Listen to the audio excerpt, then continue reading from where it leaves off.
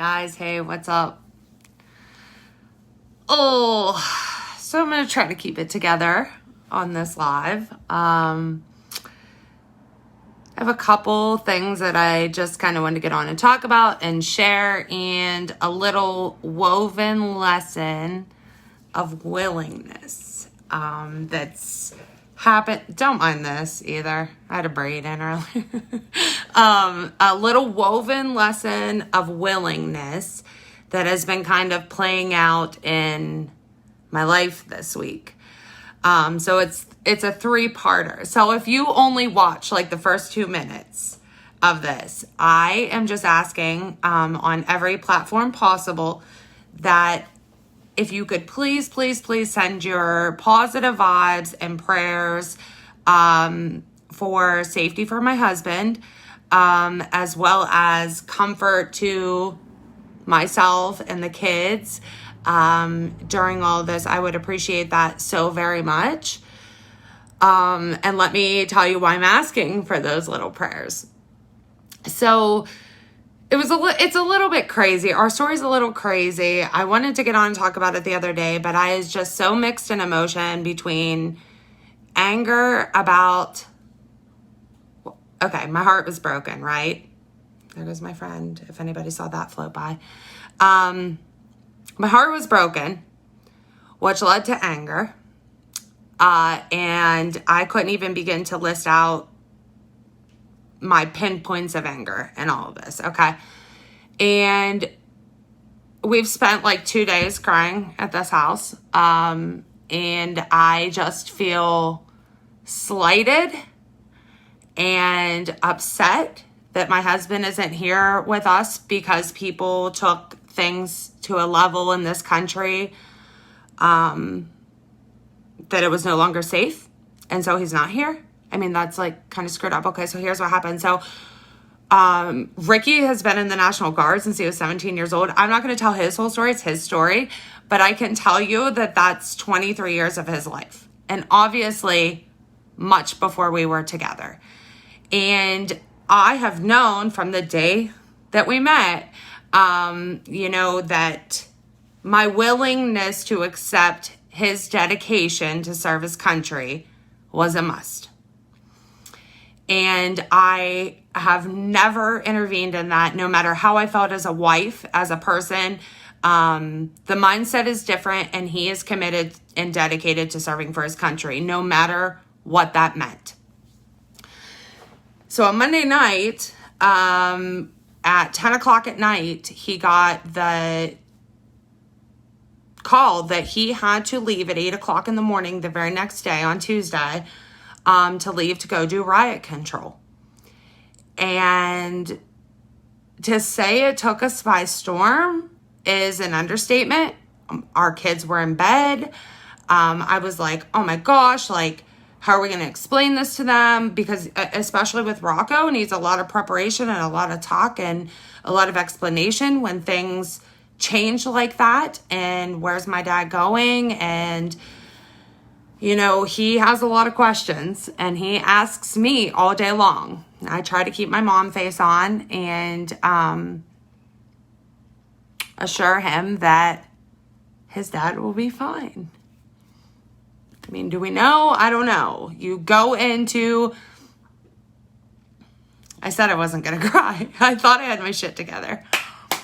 You go into a hostile situation, right? Anything could happen. And I just feel a little bit slighted that he could be, home with us, not in a hostile situation. He is getting his freaking retirement papers this month for 20 years of service. This month, in June, we were supposed to have 1 drill left. And now here we freaking are. So, take a sip of my tea. I was like, I'm not going to get on here an ugly ball. And I literally thought I had my shit together.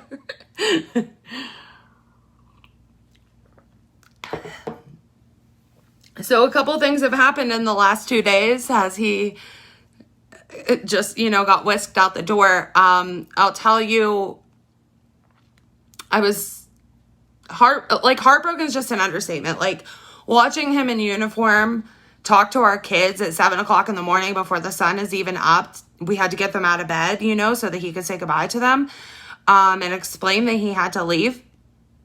To sit across my kitchen and watch that happen, I just, from a wife's perspective, felt that it, and from a mom perspective, felt that it was just so damn unfair.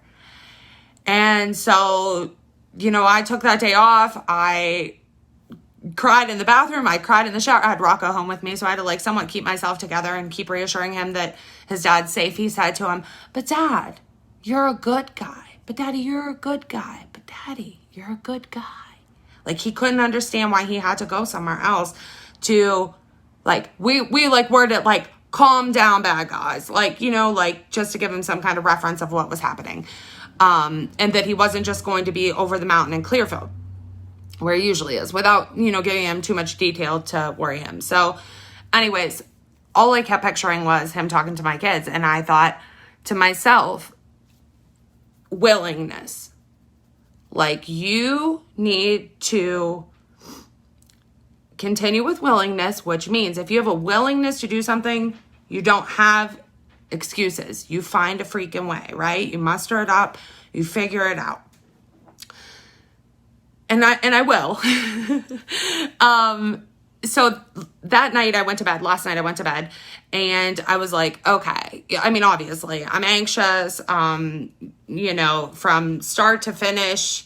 What if something goes really wrong? Like, even without anxiety, I mean, I feel like it's a normal human reaction. Something you didn't have time to plan. The uncertainty of it could drive you literally mad. And just like not knowing what would happen. So thinking, oh man, my brain was just like racing. Like, if something happens, could I do this by myself? Could I raise these kids by myself? Could I afford this house by myself? Could I, you know, blah, blah, blah, blah, blah, on and on. And so as I was thinking about all of that, I remembered one of the reasons, that I started in network marketing. It was to have a separate stream of income. Could I be a lot further ahead than where I am? Sure. Have excuses gotten the best of me? Yes. Has willingness always been the answer? No. So the craziness about how this willingness kind of wove through, like, it was like universe kept presenting me the word willingness. And then I was like, okay, go check yourself, Jess. So, I was like, do I have the willingness to make this business what I intended for it to be? For financial freedom, for time freedom. And then I thought of those two things and I thought, shit. I thought, what if it were just me here? Oh, like forever. What if it was just me? What would be the two things I would need to make this work? Time freedom and financial freedom. So I kicked myself in the ass, and I'm in a little part of a leadership blitz to talk about the business this month. And I very easily could have just did this all day and said, you know what? I have too much shit going on. I can't do it. I'm not going to do it. I'm not going to do the tasks. I'm in a bad spot. It's not a good day. But damn it, I remember why I'm doing it. And it's our family. It's my two babies that are upstairs. Like, it's to have an additional stream of income because I don't want all my eggs in one basket, so to speak. So here I am. Here I am with that little weave of willingness. Okay, so here was the other part of it. So I, when I was trying to distract myself from like going too far down the road and uncertainty and anxiousness and whatever, I started reading a book that I had already read that I really liked. It's called, I don't know if there's kids watching, so it's Unf Yourself, okay? And as soon as I saw this freaking paragraph, I started bawling and I was like, there's universe telling you again. So it's super short, but I'm just going to read it so I don't mess it up. It says, willingness. It's the lifeblood of the new, the infinite well of possibility and potential a state where new futures arise and a whole new you can begin.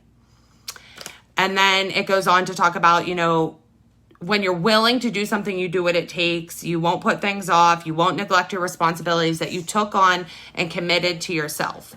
So I was like, there I am yet. And it literally said willingness, which made it even, here's one of my babies, which literally made it even crazier for me. And that's when I decided I'm not going to use an excuse. There's too much uncertainty in life, especially these days. Like, a lot of us are experiencing the same uncertainties.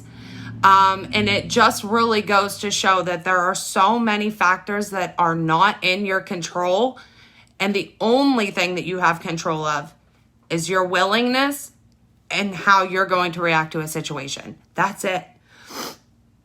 So, like, if you can excuse that ugly cry, like I said, I thought I had my shit together before I started saying it, but it's just so, like, hard to say out loud and whatever. So we could use your little prayers and good vibes and good intentions for him to come home quickly and safely and all in one piece, so we can freaking retire this year after 20 years. And just, you know, any positivity and vibes that you can send to my kiddos and to me, I would just so appreciate, because we just want to keep trucking through this time. I want to be strong enough to let them know that we're okay. We are okay. All four of us are okay. And I hope that whatever your goals are, whatever you're working on, whatever you have decided to change in your life, whatever you've committed to, that you decide your willingness around that situation, your willingness to forget the excuses, to keep moving, to do what you committed to do, because it's super empowering and it just continues to build you up.